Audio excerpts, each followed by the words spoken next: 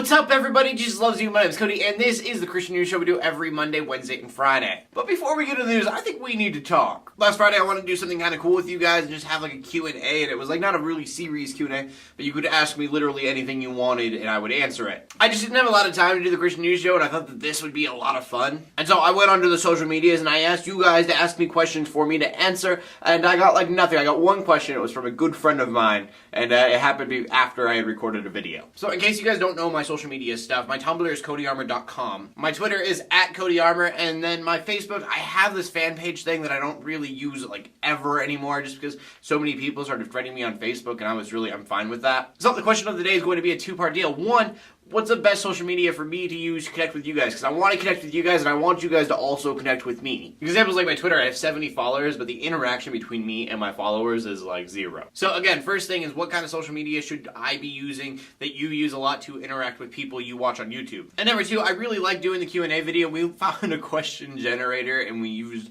that online question generator to answer questions on the last video.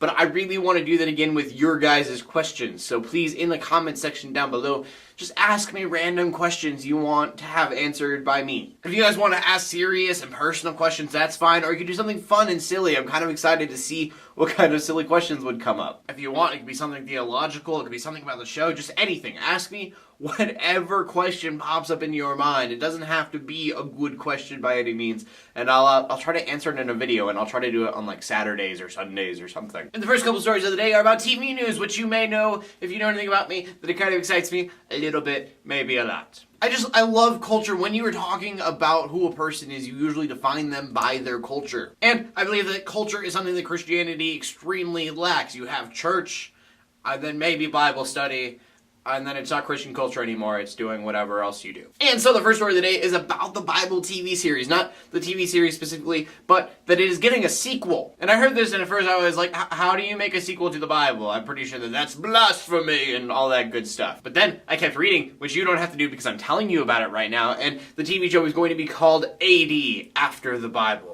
And this just got greenlit, so there's not a lot of details about what it's going to be. Like, I hear after the Bible, and I assume that it's going to be after the life of Paul. But what I feel like would be the smart thing to do wouldn't be to do like that far away, but actually do it after the Gospels. Because then you get the stuff that's really exciting but really isn't talked about much, like the beginning of the church and like the works of Paul. So people that have been with me for a little while, you've seen me geek out about the Bible TV series. When this comes closer, I think I'll probably be geeking out about this as well. And then the second thing I think is going to be something that's really interesting coming out of WGN called the 10 Commandments. It's going to be a 7-part, 1-hour series, and they're going to take one commandment and then they're going to modernize it and show an example in modern day. And that sounds fun in the first place, but what I'm really interested in about is their idea for the directors. Like directors like Wes Craven, who did Scream, and Lee Daniels, who did The Butler, and the one that's most interesting to me is Michael Cera. Like Scott Pilgrim vs. the World, Michael Cera is going to be directing a Christian show, and I think that this is going to be fantastic. The way that I said that, I feel like I need to point out that I have no idea if Michael Cera is a Christian or not. And I don't mean that as in he says he's a Christian, but I don't really think he is. I mean that I have no idea if he is a Christian or what religion he is in any way. I'm just assuming with like him being in Superbad and then the way he portrayed his character, and this is the end, that he's probably not. But the reason that I think this is so cool is because back in the day when plays were a really big thing, when churches wanted to make a play, they didn't have their pastor make the play. They would hire someone who was a professional at doing that job. Like at that time, it wasn't important to like try to figure out how Christian you could make an already Christian theme. It was to take that Christian theme and give it as much quality as possible. So be on the lookout for the 10 Commandments. There's no release date for it yet, but it's going to be extremely interesting to watch in a very positive way, I think. So I guess I made kind of a mistake. I said that they're going to be 7 episodes that are about an hour long. I guess that's another thing that Fox is doing, and it's going to be kind of the same thing, only they're doing the 7 deadly sins.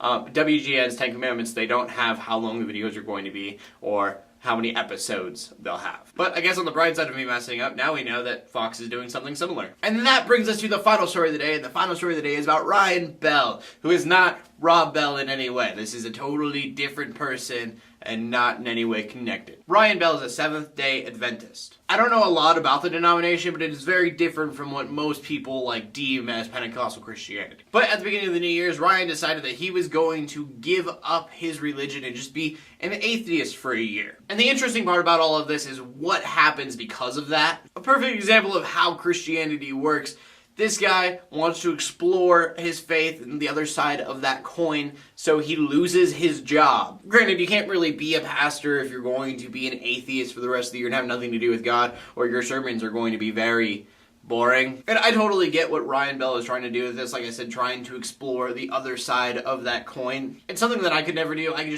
couldn't disown God for an entire year. That would just be really hard for me. But Ryan Bell, I wish you the best. I'm sure this is going to be an amazing experience for you, and I pray that you don't lose your way. Other remember, the question of the day is, what social media networks do you guys want me to use to connect with you guys better and for you to connect with me? And then the second part, please ask me questions, random questions, whatever you want to ask me for a future Q&A that I think would be a lot of fun. Anyways, my name's Cody. I'm bringing you Christian news in a not so boring way every Monday, Wednesday, and Friday. In closing, let the haters hate, let the Christians pray. And to everybody, like, subscribe. I'll see you later, and God bless. Oh, you probably were expecting something kind of funny. I don't have anything this time, so this is awkward. You can probably go now. It's kind of a waste of time. Love you.